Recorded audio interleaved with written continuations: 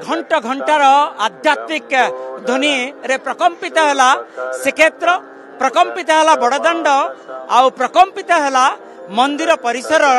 महाप्रभु धाड़ी पहंडी रे आसी पहुंचले, रथारूढ़ हेले। आउ रथारूढ़ हेबा पर्यंत महाप्रभु जे पर्यंत सिंहासन रे विराजित न होइचंती से पर्यंत घंटुआ सेवक माने तांकर घंट वाद्य छाड़ी नथिले एवं अनवरत झिप झिप वर्षा चलीची एवं से झिप झिप वर्षा रे से माने ओदा होई होई घंट बजाउचंती एवं सतरे से समय अनुभूति नियारा थिला। आम सहित पूरी घंटुआ सेवक माने रहिचंती, तांकर टिके अनुभूति को साउंटिया को चेष्टा करिबा। केमती थिला से आजिर अनुभूति?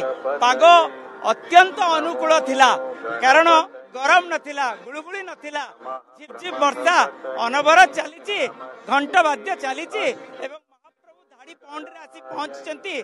सेतरे मदन मोहन रामकृष्ण को मध्य पहंडी जेतेबेले करूथिले महाप्रभु, सेतेबेले मध्य घंट वाद्य बाजुथिला। से समय अनुभूति कोन थिला? हमर पूरी घंटुआ निजोग तरफ आम समस्त सब भाई माने आम एकाठी सेवा करूँ। आमको आगुरु जन दि जाए जे तुम यही समय आसी घंट महाप्रभु जो पहंडी विजे घंट वादन कर। आज अवश्य टिके डेरी हो जाइए, तथापि आजिर पाग आजिर अनुभूति केबे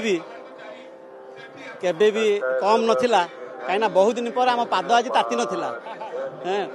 सबु भक्त पाद फोटका हो जाए, तथापि आम घंट वादन बंद नक महाप्रभु चका विजे पूरा सिंहासन विजे है पर्यंत आम घंट वादन कर शेष मदन मोहन एवं रामकृष्ण को विजय कर आज वर्तमान घंट वादन शेष है। या रथ टणा हेले पुणी आम रथ उपरे रही रथ उपरे ठिया एवं घंट बाजी चली रथ टणा चली। आज्ञा आज्ञा या रथ टणा हम। रथ टणा हेले भी आमर सब घंटुआ भाई माने रथ उपरे जिबे। रथ उपरे जाइकरी महाप्रभु साथी पूरा गुंडीचार पर्यंत जिबे। सी गोटे अपूर्व आनंद। आईटा तो भावर कथा, यहाँ प्रभुंकर माने कौ जन्म कौन आम पुण्य करूँ जे आम भाई मान सहित आम सेवाटी खंडे पाइचु। आउ किए कौन बड़ सेवा कौन पाइचु, आम यहाँ सबुठ बड़ बोली भावु। जन्म पुण्य करथिले घंटुआ सेवक भावरे घंट बजाउचंती एवं महाप्रभुंकर ये दिव्य घंट एवं घंट बाजिले महाप्रभु मध्य पाहुंड पकाई पकाई चाली चाली आसी जाती। आज मध्य आम देखुलु जगन्नाथ महाप्रभु केतेबेले विराजमान होइगले रथरे। जय जय जगन्नाथ, जय जय जगन्नाथ। आज अपूर्व आनंद।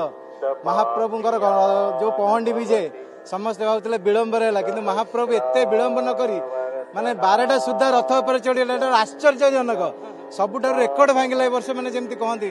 अपूर्व पाग दे महाप्रभु आनंद उत्सलित हे आम घंटुआ मैंने घंट बजेकी बहुत आनंद बहुत आनंद बहुत आनंद। प्रति वर्ष आम देखुलु माने पाग एत गरम थाए, माने झालनाल अवस्था आपन को घंट बाजिया पड़े। एथर महाप्रभु बोधे आशीर्वाद कले, झाल बदल देले जल, वर्षा जल, इंद्रदेव जमती आशीर्वाद करथिले। जय जगन्नाथ। ए वर्ष आम घंट बजे बहुत आनंदित होइछु। प्रति वर्ष आम ग्रीष्म प्रभार ग्रीष्म अनुभव तो करथाउ, किंतु महाप्रभु एत पुष्प वर्षा वृष्टि करी आनंदित करछंती।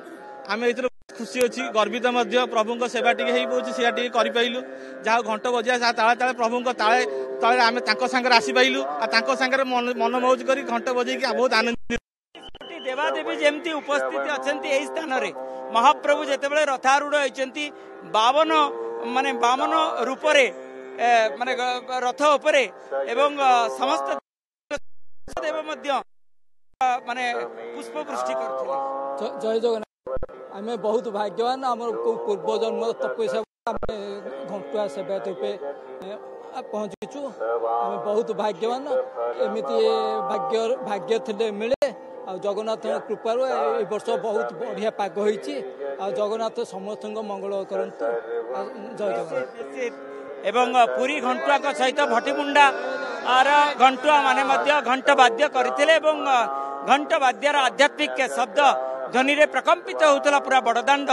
एवं से समय रे महाप्रभु पहंडी होई विराजमान होइतिले, से रथारूढ़ होइतिले एवं सिंहासन रे विराजमान होते एवं से समय ही घंट वाद्य अटकी थिला एवं रथ टणा जीव एवं रथ टणा जीवा समय महाप्रभुंकर से घंटुआ सेवक माने घंट नादरे प्रकंपित कराइबे पूरा पूरा बड़दाण्ड उछुली उठिब बड़दाण्ड कोलाहलमय होई उठिब बड़दाण्ड जय जगन्नाथ ध्वनि रे प्रकंपित हब पूरा श्रीक्षेत्र एवं सारा विश्व को गोटे वार्ता जीव महाप्रभु आशीर्वाद देइचंती प्रतिटी जगन्नाथ प्रेमी भक्त को एवं प्रतिटी साधारण जनता को।